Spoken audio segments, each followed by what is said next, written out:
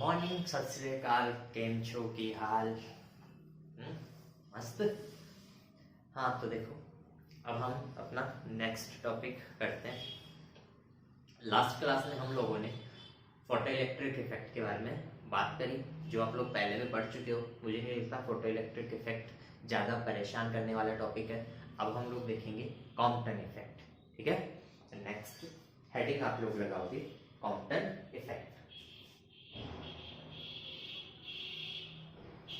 Compton effect या फिर Compton प्रभाव।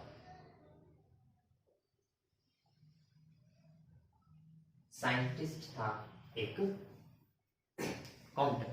देखो इसने क्या करा, इसने भी एक ऐसा एक्सपेरिमेंट हमें प्रोवाइड करवाया जो क्या बताता है कि क्लासिकल फिजिक्स तो गलत है और क्वांटम फिजिक्स सही है। ऐसा एक्सपेरिमेंट किसने बताया?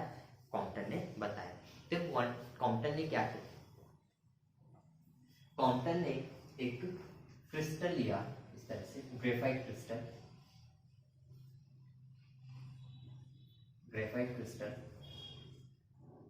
और उस पर एक्सरेज इमिट कर या इंसिडेंट करी, सॉरी एक्सरेज। जब एक्सरेज ग्रेफाइट क्रिस्टल पर इंसिडेंट हुई तो क्या होना चाहिए था?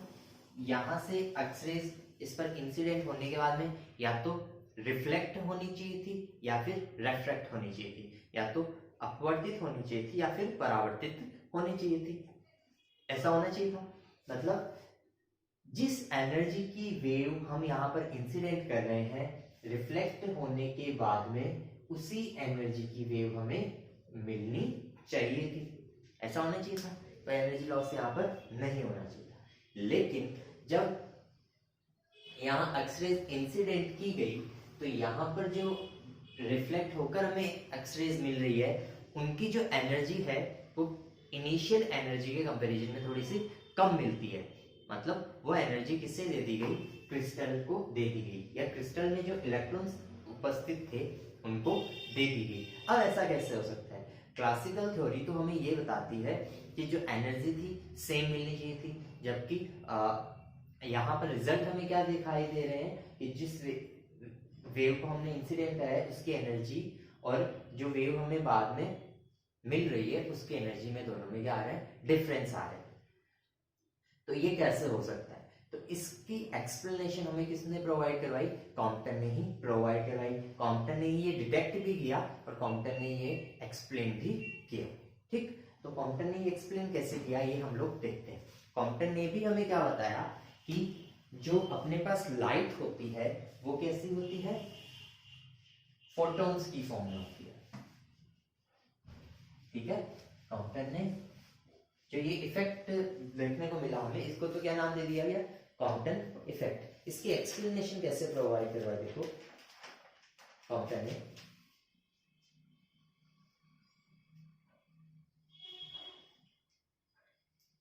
हमें ये दिया कि यहां पर मान लो क्रिस्टल की बात कर रहे हैं हम लोग, क्रिस्टल में इलेक्ट्रॉन्स अवेलेबल होंगे। तो मान लो ये अपने पास कोई इलेक्ट्रॉन था, यहाँ पर ये इलेक्ट्रॉन है अपने पास में।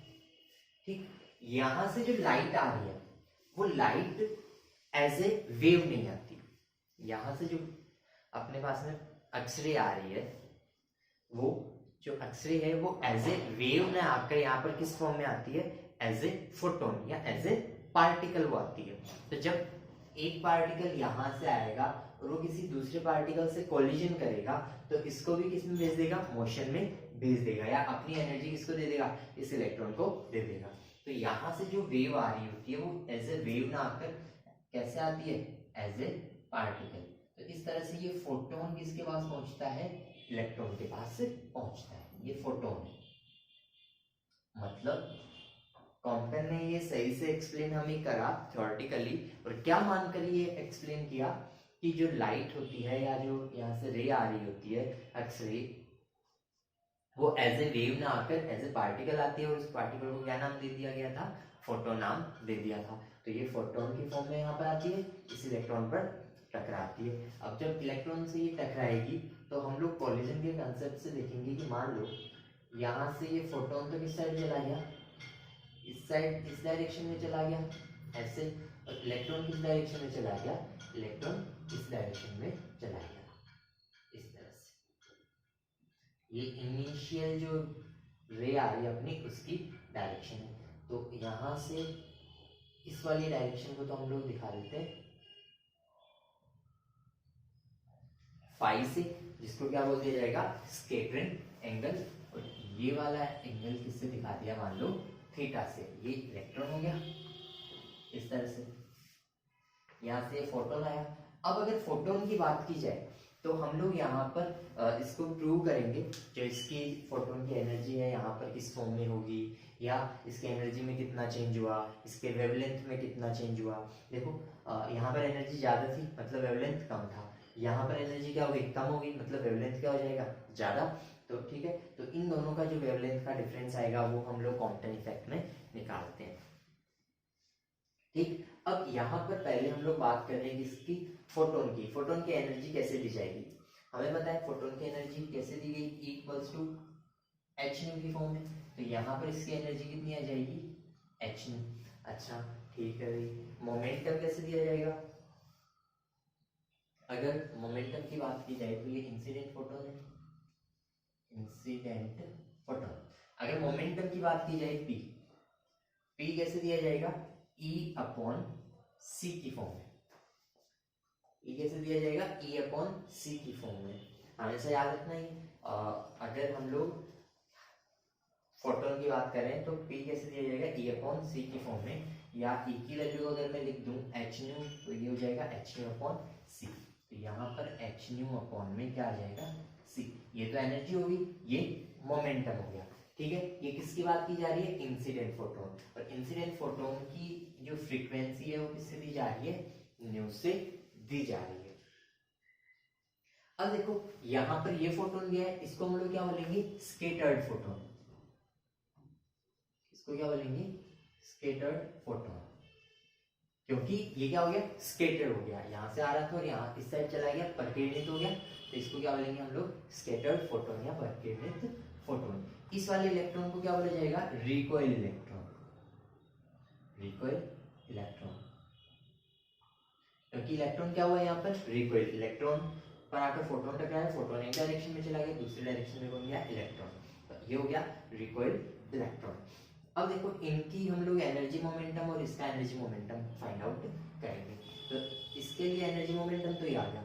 अब स्कैटर्ड फोटोन की अगर बात की जाए तो मान लो स्कैटर्ड फोटोन की एनर्जी चेंज हुई है, तो इसकी फ्रीक्वेंसी में कितनी दिखा रहा हूँ, न्यू डैश से। तो एनर्जी तो इसकी कितनी आ जाएगी, एच न्यू डैश। देखो वैसे ही न्यू की जगह में निकाल दिया है, न्यू डैश। और मोमेंटम देखो कितना आ जाएगा, एच न्यू डैश अपॉन सी।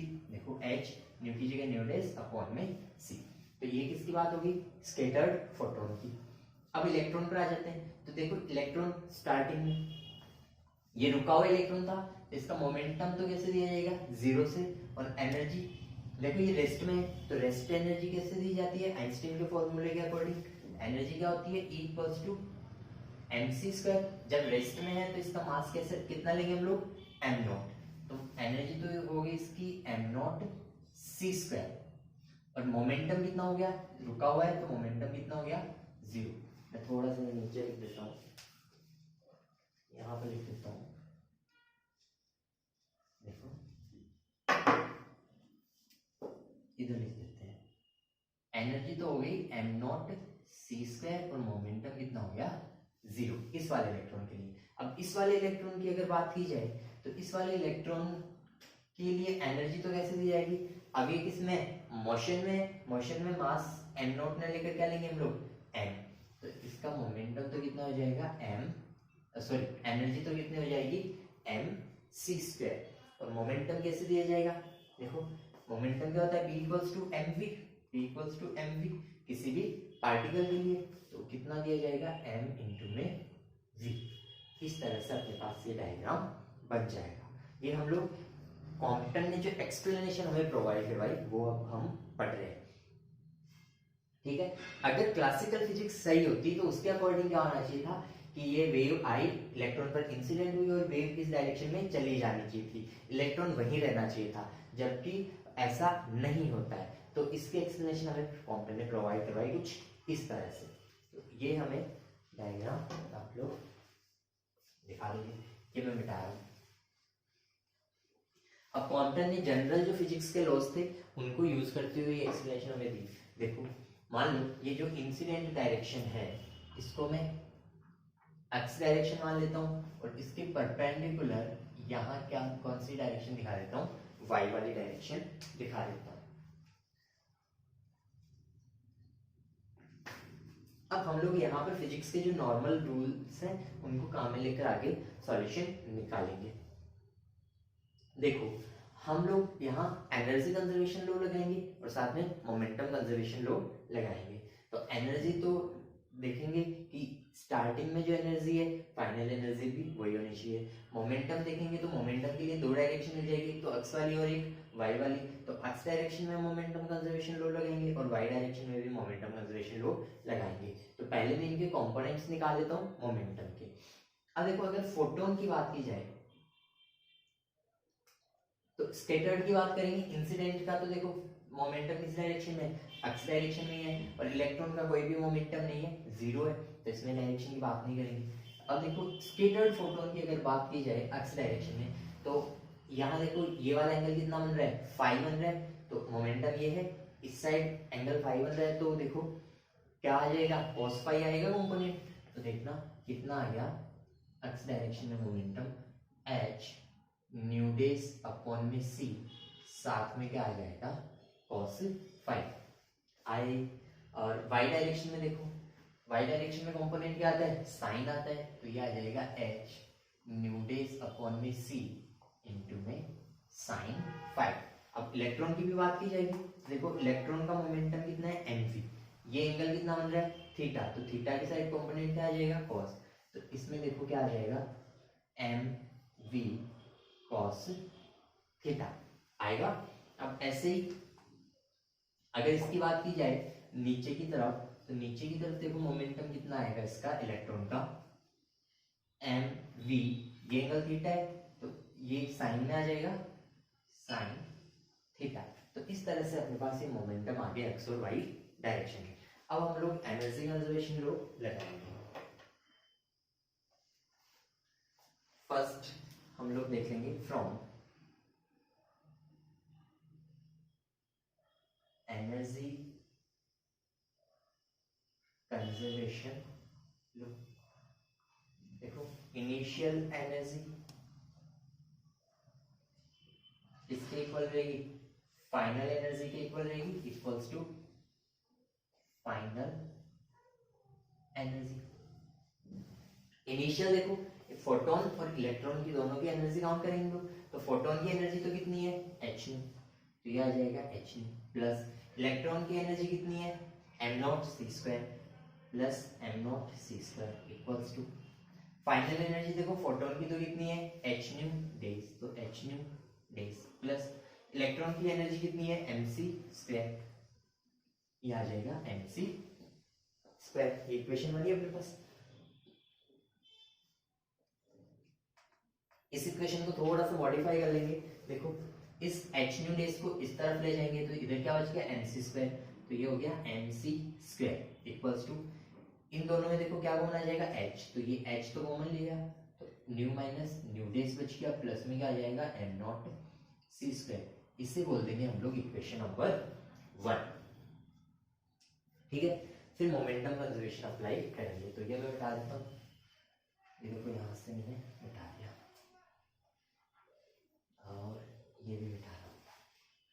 अब हम लोग मोमेंटम कंजर्वेशन यहाँ अप्लाई करने वाले हैं। मोमेंटम कंजर्वेशन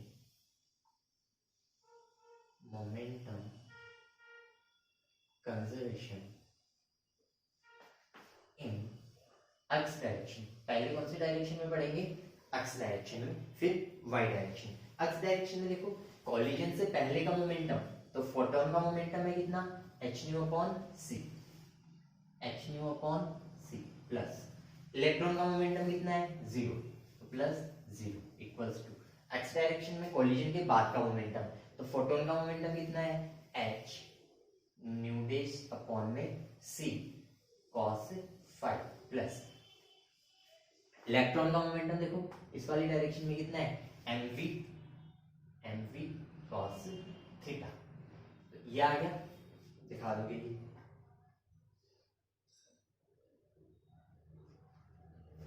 इसको थोड़ा सा और कस्टमाइज करेंगे। देखो मैं क्या करूंगा, इस पूरी इक्वेशन को c से, ये जीरो तो यहाँ से हटा देता हूँ मैं, ये लो पूरी इक्वेशन को c से मल्टीप्लाई किया तो यहाँ से c हट जाएगा, यहाँ से भी c हट जाएगा, और इसके साथ में क्या आ जाएगा, इनटू में c आ जाएगा, mv cos थीटा इनटू में क्या आ जाएगा c। अब इसको ट्रांसफर करके मैं इस साइड ले आऊंगा तो ये क्या बनेगी इक्वेशन, देखो h nu minus h nu dash cos phi equals to mvc cos theta. तो यहाँ से mvc cos theta equals to क्या आ गया, h nu minus h nu dash cos five.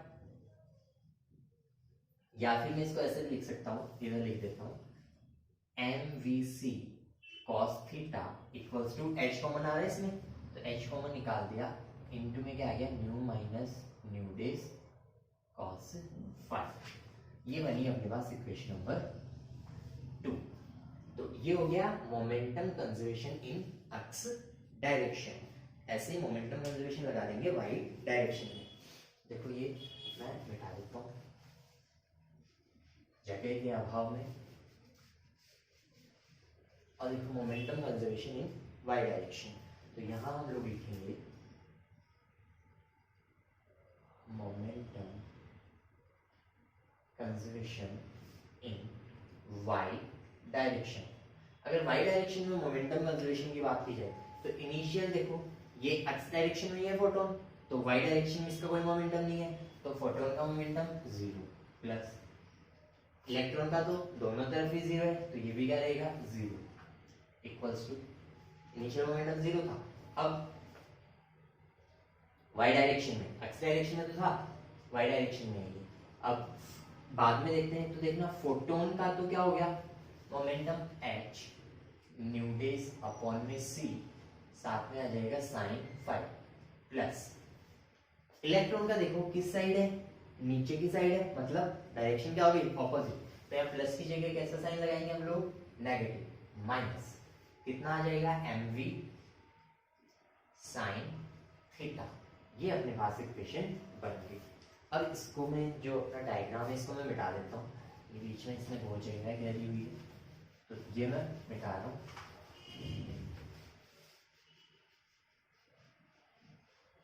क्योंकि अपने को जो इक्वेशंस चाहिए थी वो हम लोगों ने निकाल लिया। अब इसको भी थोड़ा सा कस्टमाइज करता हूँ मैं, इस वाली टर्म को थोड़ा इस साइड ले गया, तो ये आ गया mv sine theta equals to h nu dash upon c sine phi, और c को इस साइड मल्टीप्लाई किया तो ये आ जाएगा mvc sine theta equals to h nu dash sine phi. ये हो गई अपनी इक्वेशन नंबर 3। तो तीन इक्वेशंस अपने पास आ जाती है 1, 2 एंड 3। ये इंपॉर्टेंट है, इन तीनों इक्वेशंस को आप लोगों को सॉल्व करना है। अगर ये तीनों इक्वेशंस आप लोगों ने सॉल्व कर ली तो आगे का रिजल्ट तो बहुत ही ज़्यादा इजी हो जाएगा। ठीक है, अब मैं ये जो ऊपर वाली टर्म्स है इनको मिटा देता हूँ।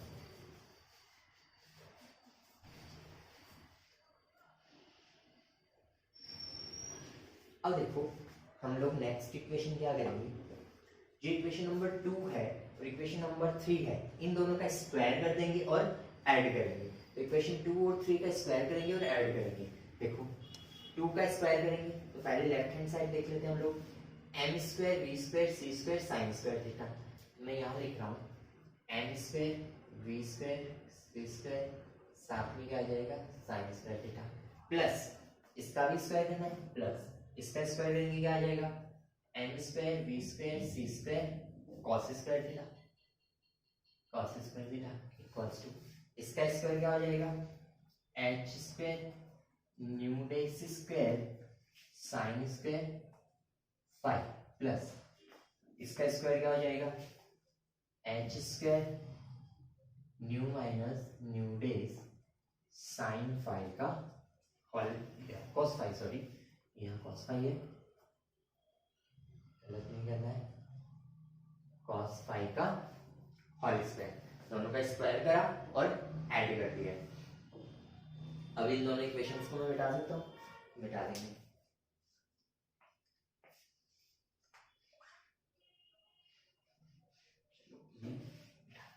क्वेश्चन 2 है, देखो ये वाली जो टर्म है इसमें m square v square c square common आ रहा है और साथ में एक ब्रैकेट में क्या हो जाएगा sine square theta plus cos square theta. तो sine square theta plus cos square theta तो कितना बना 1।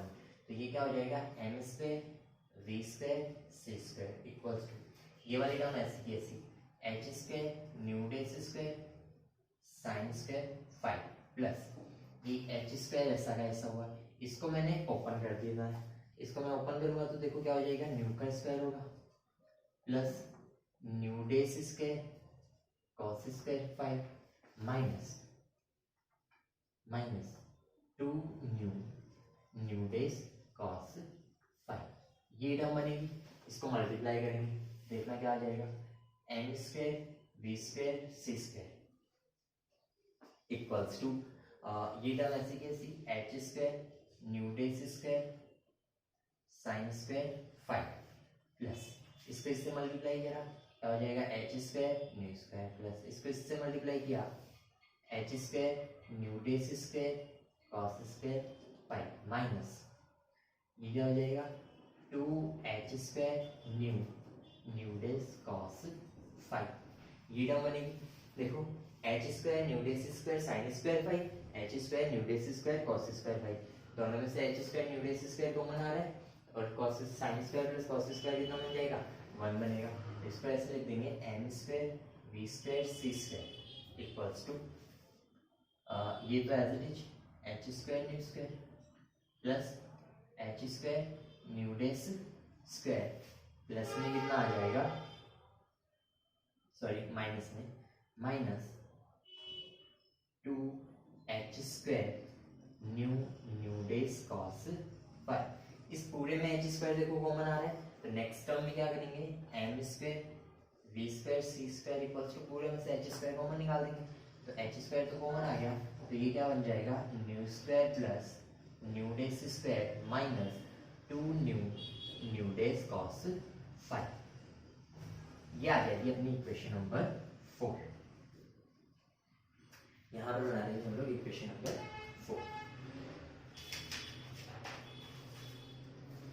ठीक है। अब ये जो ऊपर वाली टर्म है ये मैं मिटा देता हूँ, देखो थोड़ा सा ये लेंदी है, हार्ड नहीं है, थोड़ा लेंदी है, बड़ा ये अपना डेरिवेशन होने वाला है, इसको मैं मिटा देता हूँ।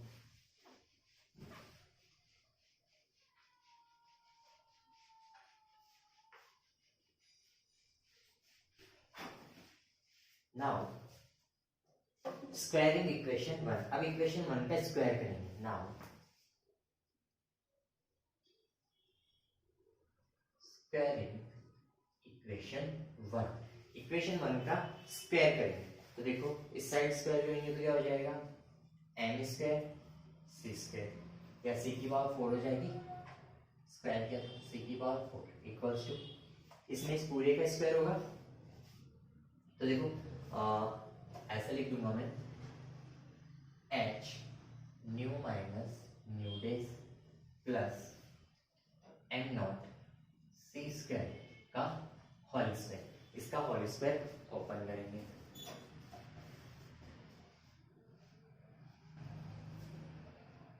देखो इसका स्क्वायर ओपन किया ये ऐसा कैसा हो जाएगा एम स्क्वायर सी की पावर 4, इसका स्क्वायर हो जाएगा तो h square nu minus nu dash का स्क्वायर प्लस इसका भी स्क्वायर करेंगे तो एम नॉट स्क्वायर सी की पावर कितनी हो जाएगी 4 plus 2h new minus nu dash plus में आएगा और इनटू में क्या हो जाएगा एम नॉट सी स्क्वायर, ये हो जाएगा इसका स्क्वायर।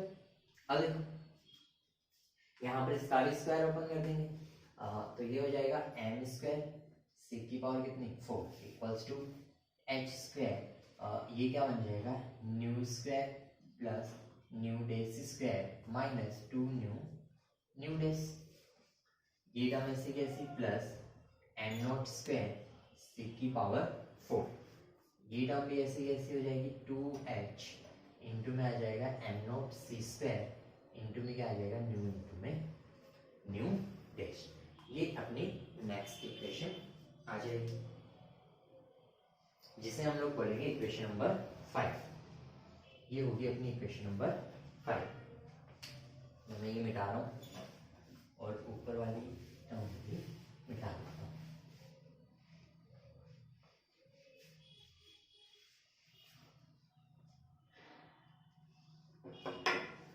नाउ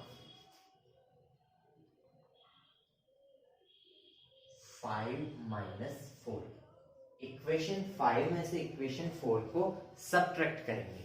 ठीक है, अब इस वाली इक्वेशन में से इस वाली इक्वेशन को सबट्रैक्ट करेंगे तो देखो क्या रिजल्ट आएगा।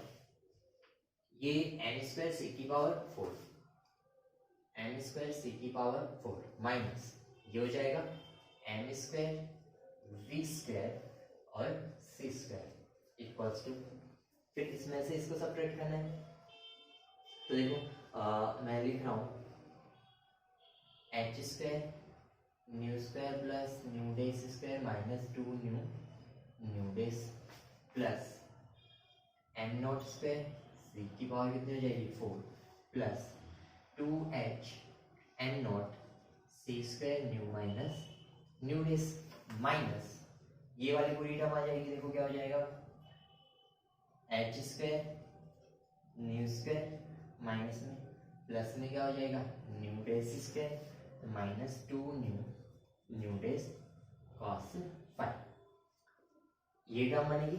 अब मैं इन दोनों इक्वेशंस को मिटा देता हूं। ये मिटा दिया है। अब देखो इन दोनों इक्वेशंस से कुछ कॉमन आ रहा है, देखो निकालेंगे। इसमें देखो m स्क्वायर कॉमन आ रहा है, m स्क्वायर c की पावर 4 भी मैं कॉमन निकाल देता हूँ। यहाँ पर क्या बच जाएगा 1 माइनस यहाँ पर m स्क्वायर कॉमन आ गया तो ये v स्क्वायर ऐसा कैसा बचा, c की पावर 4 निकाली तो अपॉन में क्या आ जाएगा c स्क्वायर इक्वल्स टू, इसमें कुछ कैंसिल आउट हो रहा है क्या वो भी देख लेंगे। देखोगे यहाँ पर H square nu square plus का है कि एच स्क्वायर न्यू स्क्वायर इसका है माइनस का, तो ये कैंसिल आउट हो जाएगा। फिर देखो h square nu dash square plus का रहेगा, H square nu dash square minus का, तो ये भी क्या हो जाएगा कैंसिल आउट हो जाएगा। बाकी की टर्म्स जो बची हुई है वो ऐसे कैसे लिखेंगे, देखो इसको इससे मल्टीप्लाई करेंगे माइनस में 2 h square nu dash plus m naught square c की power 4 plus m naught square c की पावर 4 प्लस ये क्या हो जाएगा 2h m not c square nu minus nu dash as it is, और इसमें ये माइनस माइनस क्या हो जाएगा plus 2h square nu dash cos 5, ये टर्म आ जाएगी। फिर इसके बाद में नेक्स्ट इक्वेशन में देखो हम जानते हैं v नॉट एट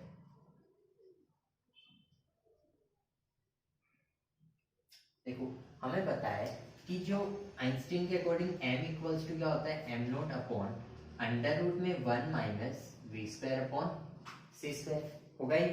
अगर मैं इसको इस तरफ भेज दूं तो क्या हो जाएगा m naught equals to m into में under root 1 minus v square upon में सी स्क्वायर, और दोनों तरफ इसका स्क्वायर कर दिया जाए तो m not square equals to क्या हो जाएगा m स्क्वायर इंटू में 1 माइनस वी स्क्वायर अपॉन में सी स्क्वायर, ये टर्म आ जाएगी। देखो ये कैसा ही है m square 1 minus v square upon c square, m square 1 minus v square upon c square, तो इस टर्म की जगह में क्या लिख सकता हूँ m नॉट स्क्वायर लिख सकता हूँ। तो देखो मैं मिटा रहा हूँ, ये ऊपर लिख देते हैं हम लोग।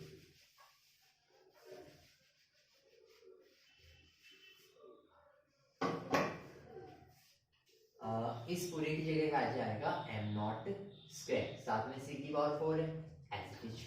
इन दोनों में देखो कुछ कॉमन आ रहा है क्या, देखो मैं कॉमन ले रहा हूँ माइनस 2h स्क्वायर न्यू डेस, तो यहाँ पर तो क्या बच जाएगा 1 माइनस ये हो जाएगा cos 5 plus m not square c की पावर कितना हो जाएगा 4 plus 2h m naught c square into में क्या आ जाएगा न्यू माइनस न्यू डेश। अब देखो इस side m not square c की पावर 4 है, इस side m not square c की पावर 4 है, दोनों क्या हो गए कैंसिल आउट, तो ये लोग कैंसिल आउट कर दिए। नीचे वाली टर्म्स को मैं मिटा रहा हूँ, इक्वेशंस में मिटा देता हूँ। तो नेक्स्ट स्टेप देखो क्या बनेगा, ये कैंसिल आउट हो गया यहाँ से, तो ये तो मैंने हटा दिया, इस साइड से ये हट गया, तो यहाँ पर क्या आ जाएगा 0, तो ये लिखा मैंने यहाँ 0। अब इसको ट्रांसफर करके मैं इस साइड ले आऊंगा, तो देखो क्या हो जाएगा 2h² nu dash 1 minus cos 5 equals to, इस साइड क्या बचा 2h m0 c² new minus nu days. देखो 2 से 2 कैंसिल आउट हो गया, कर देंगे, ये देखो 2 से 2 कैंसिल आउट किया, एक h से एक h कैंसिल आउट हो जाएगा, तो ये स्क्वायर हट जाएगा यहाँ से, और यहाँ से h कैंसिल आउट हो जाएगा। अब ये जो m0 c² है, इस टर्म को मैं यहाँ अपॉन में भेज दूंगा, और न्यू डेज को इसके अपॉन में भेज दूंगा, तो देखो ये क्या आ जाएगा h अपॉन में क्या आ जाएगा m0 c² इंटू में क्या आएगा 1 माइनस कॉस 5 इक्वल्स टू, यहाँ पर क्या बचा new minus nu dash, upon में क्या आ जाएगा न्यू इंटू में new dash, new into new dash. अब इसको नेक्स्ट स्टेप में देखो हम लोग क्या करते हैं, अलग अलग करके लिख देते हैं, तो ये आ जाएगा न्यू अपॉन में new into new dash minus ये हो जाएगा न्यू डेश अपॉन में new into new dash. Next step देखो क्या हो जाएगा h upon m0 c² into में 1 माइनस कॉस 5, ये आया, इसमें देखो न्यू से न्यू कैंसिल आउट हो गया, तो ये आ जाएगा 1 अपॉन न्यू डेश माइनस, इसमें न्यू डेश से न्यू डेश कैंसिल आउट हो गया, तो ये आ जाएगा 1 अपॉन न्यू। इसको दिखा देंगे हम लोग इक्वेशन नंबर 6, इंपॉर्टेंट है इक्वेशन भी, बाद में अपने काम में आएगी, ठीक है, तो इसे इक्वेशन नंबर 6 दोगी। अब ये मैं मिटा रहा, अब देखो हम लोग एक रिलेशन यहाँ पर काम में लेने वाले हैं, we know that nu equals to क्या होता है, न्यू इक्वल्स टू होता है c अपॉन लैम्डा, तो यहाँ से लैम्डा इक्वल्स टू क्या आ गया c अपॉन, या मैं ऐसे दिखा दूं 1 अपॉन न्यू इक्वल्स टू क्या आ गया लैम्डा अपॉन में c, तो 1 upon nu dash equals to कितना हो जाएगा लैम्डा डेश अपॉन में c, तो ये वैल्यूज यहाँ पर पुट कर देंगे, putting these values in equation 6, तो यहाँ पर वैल्यू पुट करेंगे, देखो कितना हो जाएगा h upon m0 c² 1 minus cos 5 equals to 1 upon nu dash की वैल्यू ये पुट करेंगे lambda dash upon c minus lambda upon c, देखो दोनों में कुछ कॉमन आ रहा है, हाँ 1 अपॉन c कॉमन आ गया, तो ये बच जाएगा lambda dash minus lambda. Lambda dash तो क्या है, जो वेव या जो अक्ष से स्कैटर होकर गई है उसकी वेवलेंथ, और लैम्डा क्या है जो इंसिडेंट है उसकी वेवलेंथ। तो यहाँ से देखो इस वाली c को इधर मल्टीप्लाई करेंगे, तो ये क्या आ जाएगा hc अपॉन में m0 c² into 1 minus cos 5 equals to lambda dash minus lambda, एक c से एक c कैंसिल आउट हो गया, तो ये c यहाँ से हटा देता हूँ, इसका स्क्वायर हटा देता हूँ, तो लैम्डा डेश माइनस लैम्डा ये क्या बोल दिया जाएगा डेल लैम्डा इक्वल्स टू कितना हो गया h अपॉन में m0 c इंटू में आ जाएगा 1 माइनस कॉस 5, ये इक्वेशन हो गई Compton shift equation, Compton shift equation. और डेल लैम्डा को क्या बोल दिया जाता है कॉम्पटन शिफ्ट, क्यों, क्योंकि ये वेवलेंथ में जितना चेंज हुआ है उसको ये दिखा रहा है, तो इस इक्वेशन को बोला जाता है कॉम्पटन शिफ्ट इक्वेशन। अब यहां देखो ये जो टर्म है h अपॉन में m0 c, इसकी अगर हम लोग डायमेंशंस निकाले या यूनिट निकाले तो वो किसके इक्वल आती है वेवलेंथ के इक्वल, तो इसको h अपॉन m0 c को क्या दिखाते हैं हम लोग लैम्डा c, या इसको क्या बोला जाता है कॉम्पटन वेवलेंथ, कॉम्पटन वेवलेंथ। अगर इसकी वैल्यू निकाले हम लोग लैम्डा सी की तो कितनी हो जाती है, h की वैल्यू पुट करेंगे 6.6 into 10⁻³ 34, Planck constant m0 electron का मास 9.1 इंटू 10⁻³ 31 इंटू c क्या हो गया यहाँ पर वेलोसिटी ऑफ लाइट 3 इंटू 10⁸। अगर इसे सॉल्व करेंगे तो अपने पास जो रिजल्ट आएगा वो आएगा 0.0242 एंगस्ट्रॉम, तो ये वैल्यू हम लोग यहाँ पे पुट कर सकते हैं, तो हमें डेल लैम्डा क्या मिल जाएगा, डेल लैम्डा इक्वल्स हो जाएगा 0.0242 इंटू में होगा 1 माइनस कॉस 5 एंगस्ट्रॉम, ये होगा क्वांटम शिफ्ट। अब देखो यहाँ पर ये जो डेल लैम्डा है वो किस पर डिपेंड कर रहा है, फाई पर डिपेंड कर रहा है, ठीक है। तो फाई की अलग अलग वैल्यूज के लिए हमें डेल लैम्डा की वैल्यू क्या मिलेगी, अलग अलग मिल जाएगी। ये मैं मिटा देता हूँ। अब पढ़ेंगे हम लोग कुछ special cases, special case, special case. Special case में फर्स्ट देखो व्हेन